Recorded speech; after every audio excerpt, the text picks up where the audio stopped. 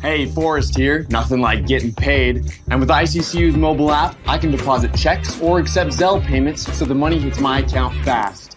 I just wish there was an app for mowing the rest of these lawns. Right now, Lithia Ford of Boise is buying used vehicles. How much you want for the SUV? I don't know. Well, Lithia Ford will give you more than that. How much more? More than you think. I'm not thinking anything. I'm thinking you might get even more than that. See how much more you can get at Lithia Ford of Boise. When it comes to concrete, we've got you covered. RowPaint.com offers custom concrete coating services for your garage, business, warehouse, and more. And we do it in one day. We are your complete concrete coatings solution.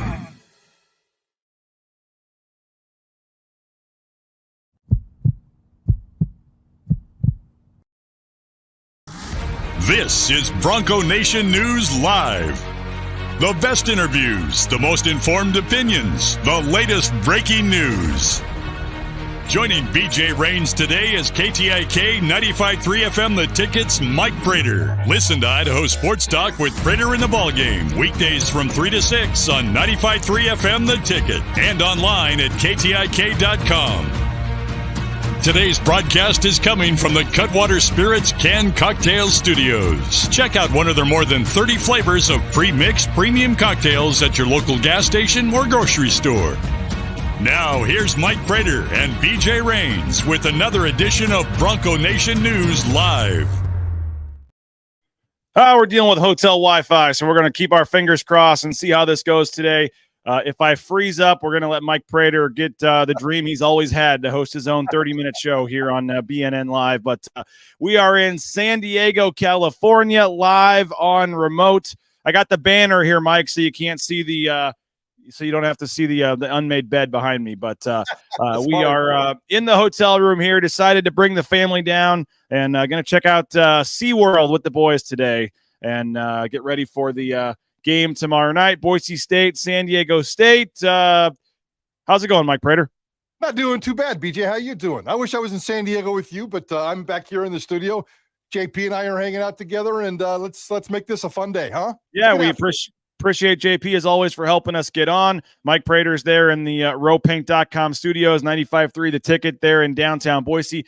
Kind of a cloudy, overcast day right now, Mike, if I can try to make you feel like you're better off in Boise. Although when I woke up this morning pretty early, you got kids, you're sharing a hotel bedroom, you don't get much sleep, but I rolled over at like 5-something and looked and was trying to see what the weather was going to be like today. I noticed it was like 43 in Boise this morning. Is it cold there?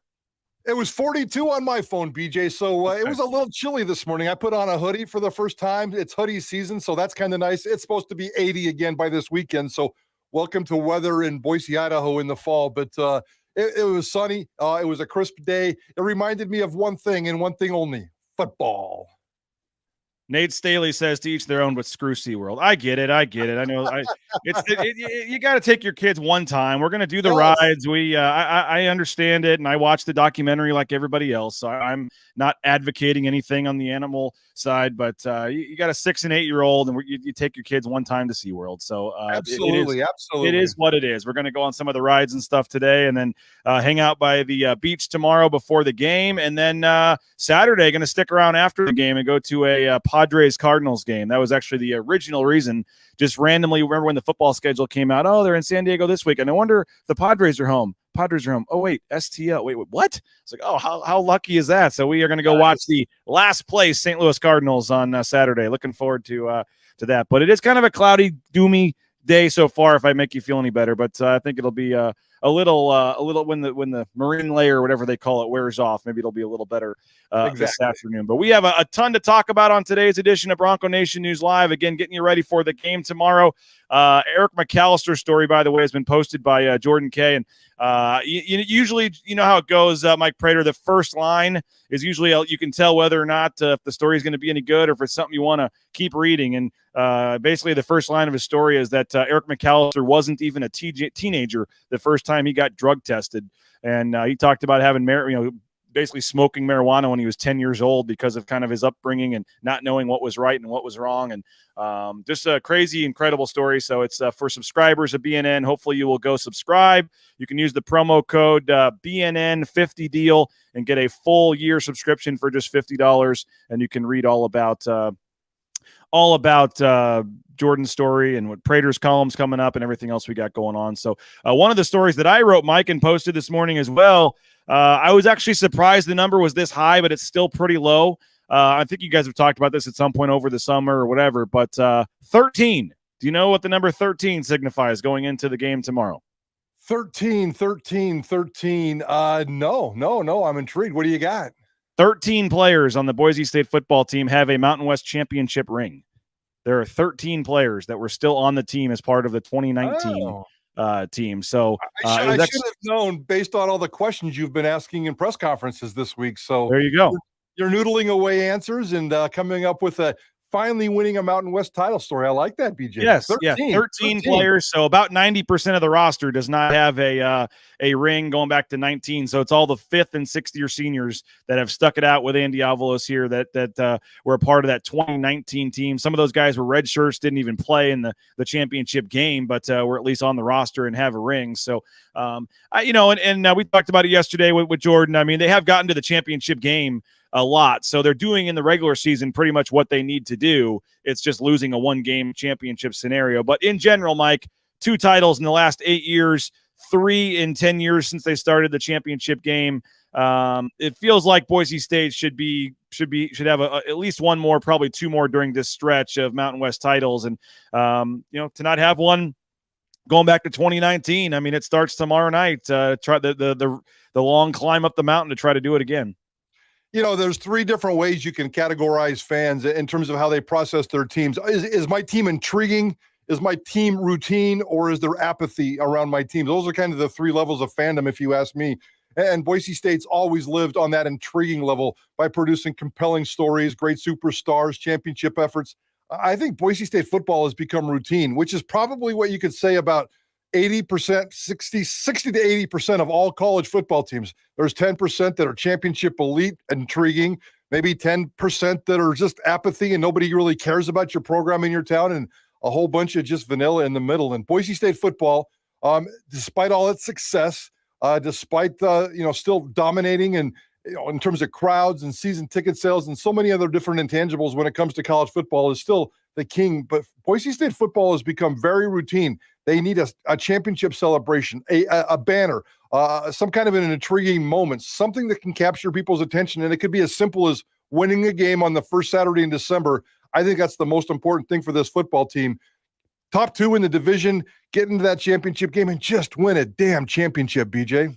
Yeah, 2020, they lost in the title game to San Jose down in Vegas. Last year, obviously lost to Fresno State at home.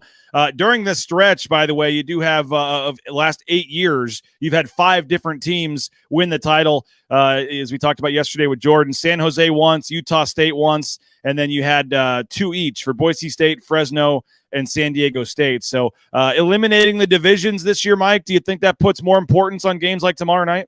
Oh, absolutely. I mean, right now, we did a segment on Idaho Sports Talk earlier this week with Ball Game, and I think Boise State's 5th best in this conference right now. And, some of those are Mountain Division teams. Some of those are Pacific Division teams in the old format. So Boise State's got a lot of work to do in front of them. There's some really good teams. And right now it's really based on the eyeball test. We saw Colorado State. That eyeball test with Colorado State, they looked good. That was more impressive eyeball test-wise than anything you've seen Boise State do this year. So based on the eyeball test, Colorado State would win a football game. Now, there's a lot more intangibles to that. Boise State needs to set that tone, set that message, set that momentum by clicking off one of the most important wins on their schedule, and that's at San Diego State. Don't forget, as you know, they got to go back to Fresno State. Right now, I cannot pencil that in as a win. This is a very important game tomorrow night. And forget about the conference race. You lose this game, you're 1-3 with a game at Memphis. You got to turn around and play Memphis next week. This next couple of games here, you've got the game tomorrow night. You've got the game on at Memphis, and then if you want to go 2 more games, I say throw in San Jose State at home and at Colorado State. I think when you get to that bye week, I think you're gonna have a pretty good idea of how the rest of the season's gonna go. If Boise State loses to San Diego State, and I don't think it will, I think Boise State's going to get right and win this football game. And we'll figure out Memphis after that. But if God forbid, if they go 1-4, the level of it, I was just talking about the intrigue, the routine, and the apathy will set into this community really, really fast. And there's still going to be the hardcores and there's going to be a lot of people waiting for basketball season, which is only about a month down the road. So it's very, very, very important for Boise State to win this football game tomorrow night for the psyche of this community. And I know you guys talked about it yesterday, but Friday night's a big night for Boise State football, and they've played over the years a lot of games on Fridays. They've played on the other nights of the week as well. I remember kind of Chris Peterson and going back in the day, just saying ESPN and getting a chance to play on those different random nights of the week kind of helped build Boise State's brand. And there's a couple of games tomorrow night, but not a ton. And it is a late night game, 10:30 on the East Coast. But so maybe that even helps after some of the high school football games and stuff. People come home and flip on their TV. I know the UTEP game was on a Friday night last year, right? That didn't go very well. But overall, Friday night, Boise State, nothing new here. Yeah, 41-14. JP did a ton of research this week. We got all kinds of good research here at Idaho Sports Talk. And, the first game was that Fresno State game in 2001. That was probably one of the biggest regular season wins in school history, definitely one of the biggest wins in school history. And then the gut punch at UTEP last year. The last two games against San Diego State have been on Fridays, and it's been a split so far. So tomorrow's kind of the rubber match of a Friday game against San Diego State, but so many highs, so many lows for Boise State on Friday.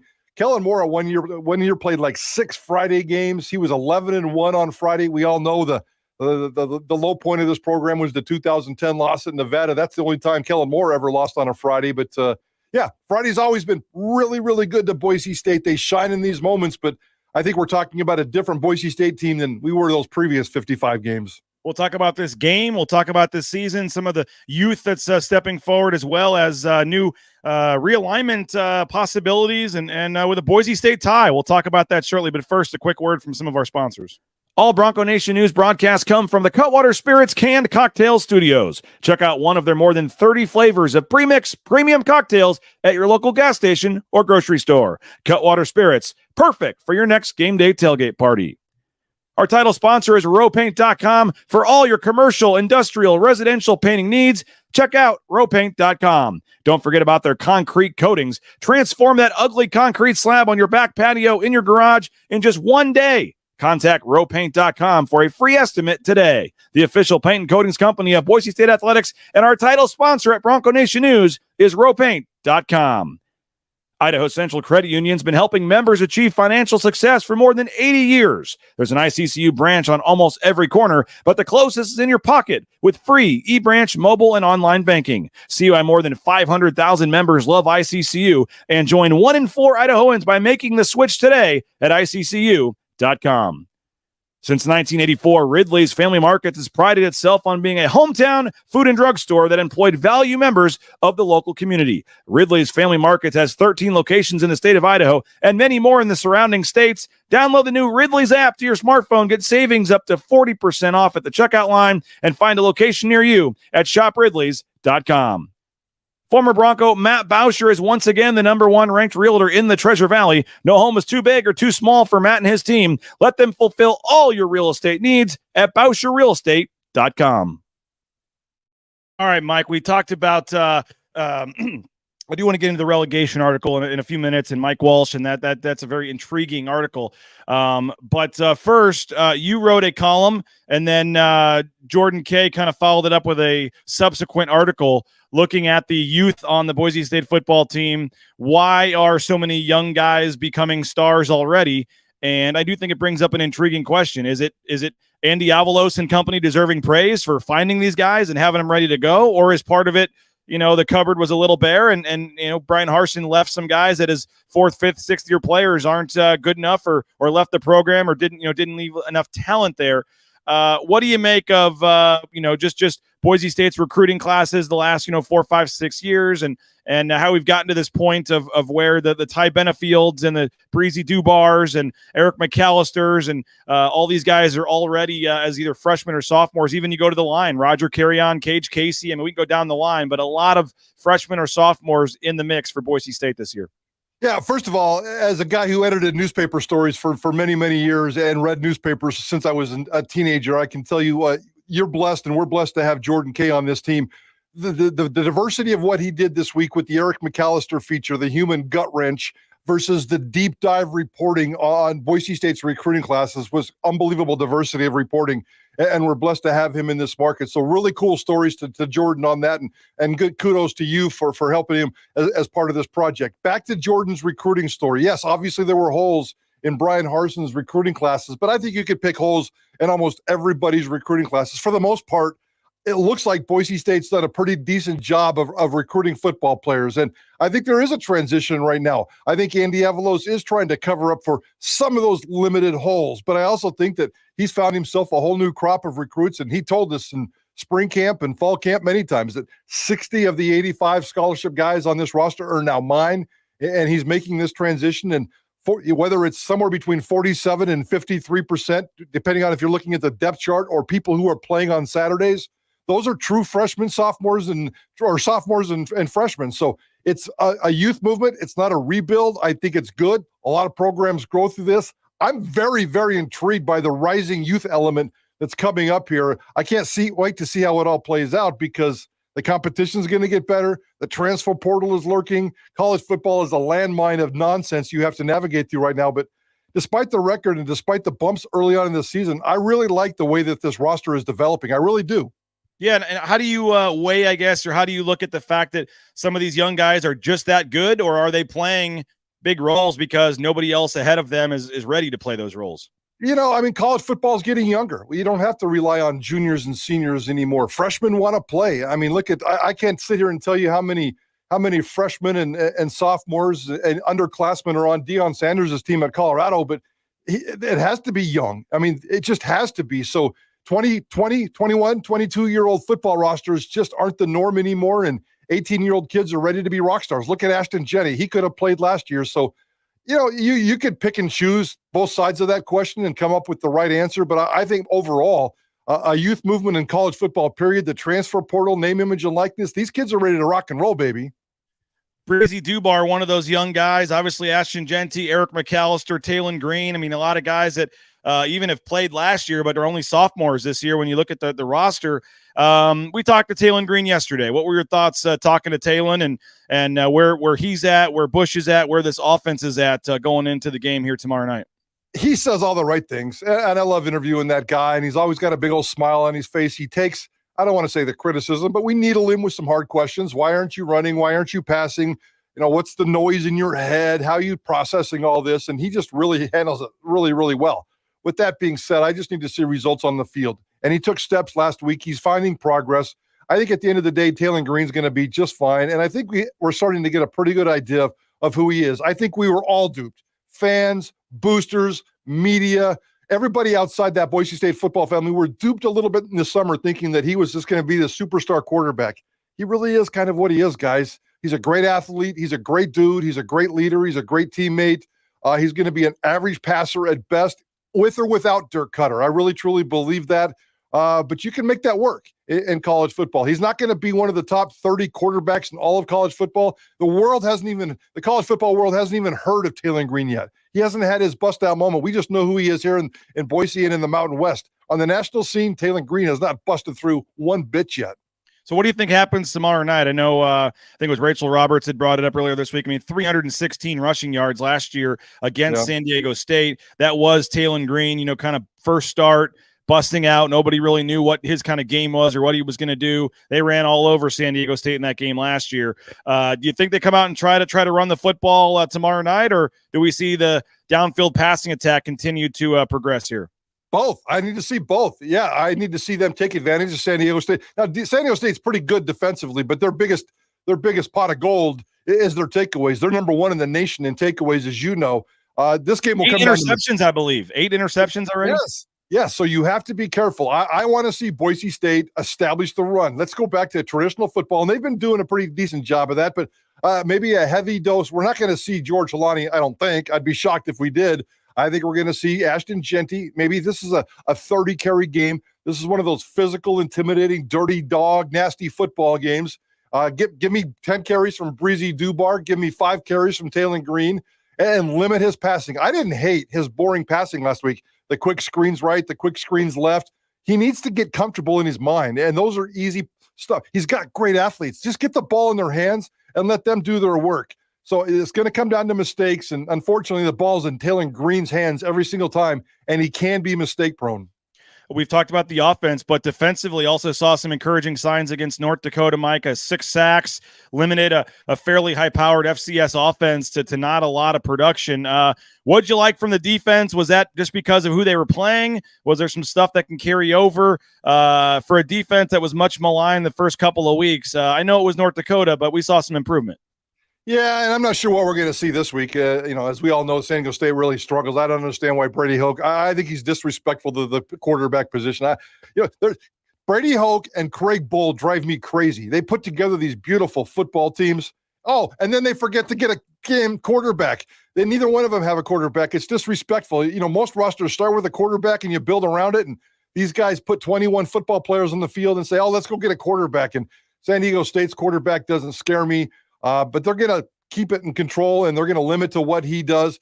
Boise State just can't give up the explosive plays, especially in this game. That doesn't mean San Diego State doesn't have some playmakers, but limited explosive plays. And I think it went from 15 to 14 to 2 in terms of how Boise State classifies explosive plays in their 3 games. So the progression is there.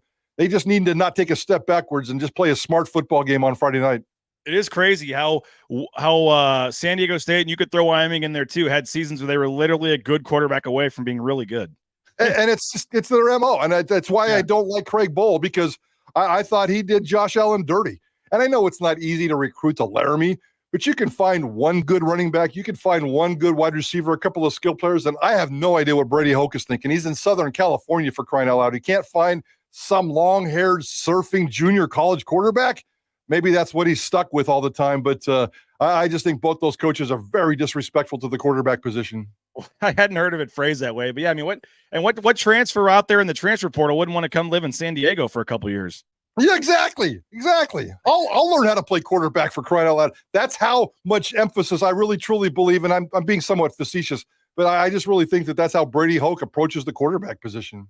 Hey, we are less than 2 weeks away. Actually, 2 weeks from right now, we'll be doing hopefully a live broadcast at Topgolf, BVA, Ball Ventures, Alquist. Idaho's developer is BVA. We appreciate Tommy Alquist and company for stepping up as a major sponsor of BNN. And we're going to be doing our first broadcast at Topgolf. We got some cool things. We may get some of the BNN staff members out there taking a few swings on camera, which either could hurt or help our viewership. I don't know. But we'll tell you all about Topgolf and what they got going on out there. Hopefully you've checked it out already, but if not, we'll be there in 2 weeks. Looking forward to it. Check out the Eagle View Landing, Topgolf. Pretty much anywhere you see a new building going up, there's a banner that says BVA on the side of it. So we appreciate BVA for their support of BNN. BVA is Idaho's developer. We always also appreciate Lithia Ford of Boise, the fall kickoff sale. You see Taylor Green, you see Riley Smith, you see Paige Barsh driving around their vehicles from Lithia Ford of Boise. So they're doing the NIL deals. They're a big supporter of Boise State. Return the favor. Go purchase a vehicle from them. They got the all-new electric F-150 Lightnings. Obviously, all the other great vehicles there as well. The Bronco Sport you see on the screen. So check them out, and we appreciate them. Lithia Ford Boise. You get a full inventory of vehicles at lithiafordboise.com. I know Prater's hungry. He's going to be heading over to Taco Bell after the show here. Check them out as well. They've committed over $300,000 to student-athlete scholarships. Literally, the scholarships that the men's and women's basketball players are on right now is being funded by the local Taco Bell stores. So check them out. Get more information, tacobellworks.com. And we'll be doing a broadcast there before the San Jose State game as well. So we're taking Bronco Nation news on the road here a little more often and going to tell you and show you about some of our sponsors. So Taco Bell, check them out, tacobellworks.com to get more information. And we truly appreciate them. We also appreciate the Blue and Orange store. If you need some gear for some upcoming games, Travis Hawks and company have you covered at the blueandorangestore.com.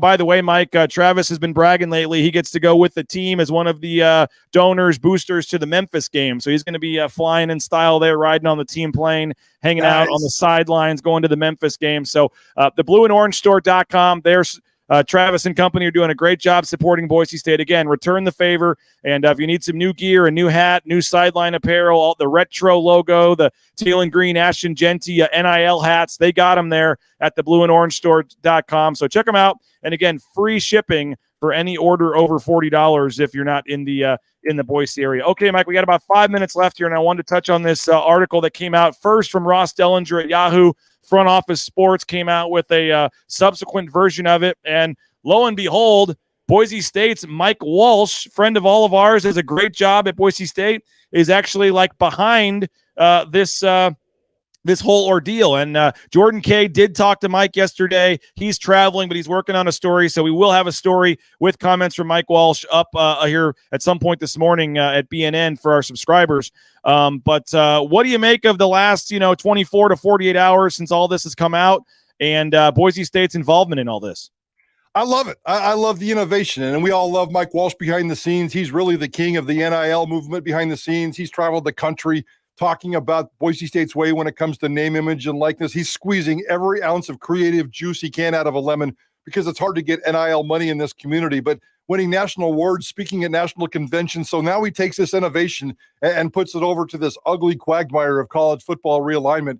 And I think it was a really, really cool deal. So we talked about it yesterday in Idaho Sports Talk. Mike Walsh is actually going to join us at 5 o'clock today in Idaho, or maybe it's at 4 o'clock today on Idaho Sports Talk. And we're going to dive into this. I've actually seen his 22-page PowerPoint presentation, and he's done a really job. This isn't just a random idea he had while sitting on a toilet and he wrote down some stuff on a toilet paper. This dude really, really put some thought into this. It's a beautiful presentation. With that said, I'm not sure it's going to fly. I think there's a lot of downfalls to it, but the whole segment, the whole reason we're bringing Mike Walsh on our show today is because we set the table yesterday when we saw all this news. Today, Mike Walsh has to convince us that this is a really good idea, which it is, but can it be a workable idea? That's the part where I'm skeptical. To think about the stories and things Mike Prater has jotted down on a piece of toilet paper while sitting on the toilet, man, that would be a book in its own maybe at some point. But what do you make of the concept, though, of relegation, promotion in college football, the way it's set up where the Mountain West and Pac-12 would essentially be one big conference kind of broken into two divisions / conferences, teams move up, teams move down, your budget and how much money you get, and which affects the whole athletic department based on potentially how your football team does. And I've seen some of the folks out there that used to work for networks that are now kind of analysts for the TV money deals saying that there would be big money involved in like the 6th and 7th place Pac-12 game where the team moves down. Like that would help get, games where something's on the line like that would help increase the value of a TV deal. But just in general, the thought of an athletic department, as the original story from Yahoo said, if I get $8 million one year, I'm budgeting for $8 million the next year. And if all of a sudden they drop down and they only get $5 million, they're down $3 million all of a sudden. I guess your thoughts on this, the idea, and then whether or not you think there's any chance in heck this could actually happen. For fans, it's really exciting. I only watch sporting events. When it comes to the NBA, I only watch the NBA when there's something at stake. When it comes to Major League Baseball, I only watch something at stake, an elimination game, postseason, playoffs. And so all of a sudden there would be something at stake. But come on, guys, we're talking Nevada against New Mexico. And one team moves up and one team moves down. There's a little intrigue there, but how much are we really going to spend time watching Nevada versus New Mexico, even if there is something at stake? And certainly the nation isn't going to watch that. So this doesn't involve anything. It'd be business as usual for the Oregon States, Washington States, Boise State, San Diego States, Fresno States of the world at the top of the schedule. So at the bottom of the schedule, we're going to add a little bit of intrigue. I don't see TV money being that much more significant here.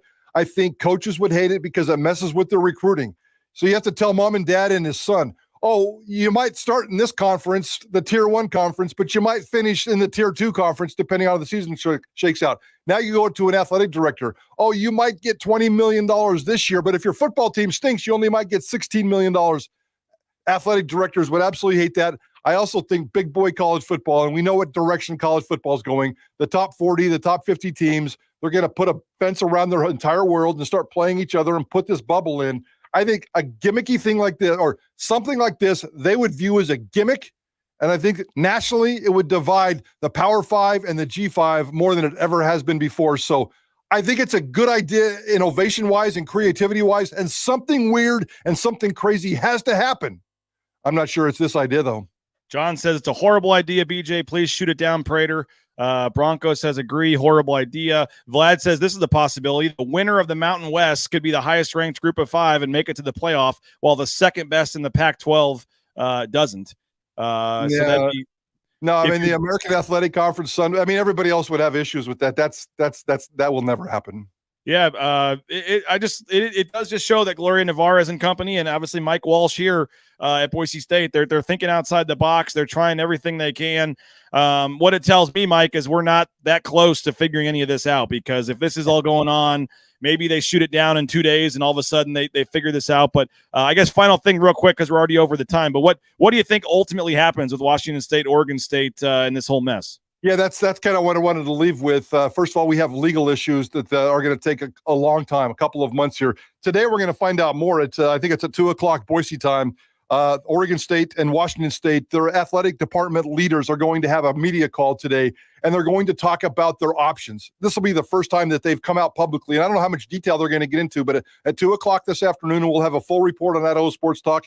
We'll be covering it live with you guys at BNN as well. So on the options. But I also believe if we had to sit here right now because of the legal quagmire, because of the complication of all those assets and all that money, I really believe that the Pac-2 is going to try to play for the next 2 years as the Pac-2 and get creative and weird with the schedule, home and home schedule with each other within season, pick up a bunch of whole other regional teams. They're going to figure out a way. They're going to spend the next 2 years figuring this out. This conversation's not going anywhere, BJ. Why don't they just play each other like 4 times or something? Why is it got to be home and home? Just to play 2 home and homes a year. Why not? Get 4 of your games right there.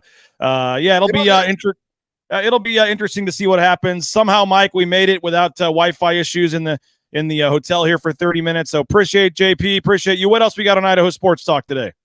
Oh, we got all kinds of gambling and fantasy and Mike Walsh and Boise State-San Diego State talk, a lot of the same stuff that we're all talking about. So we're deep into the football season, BJ.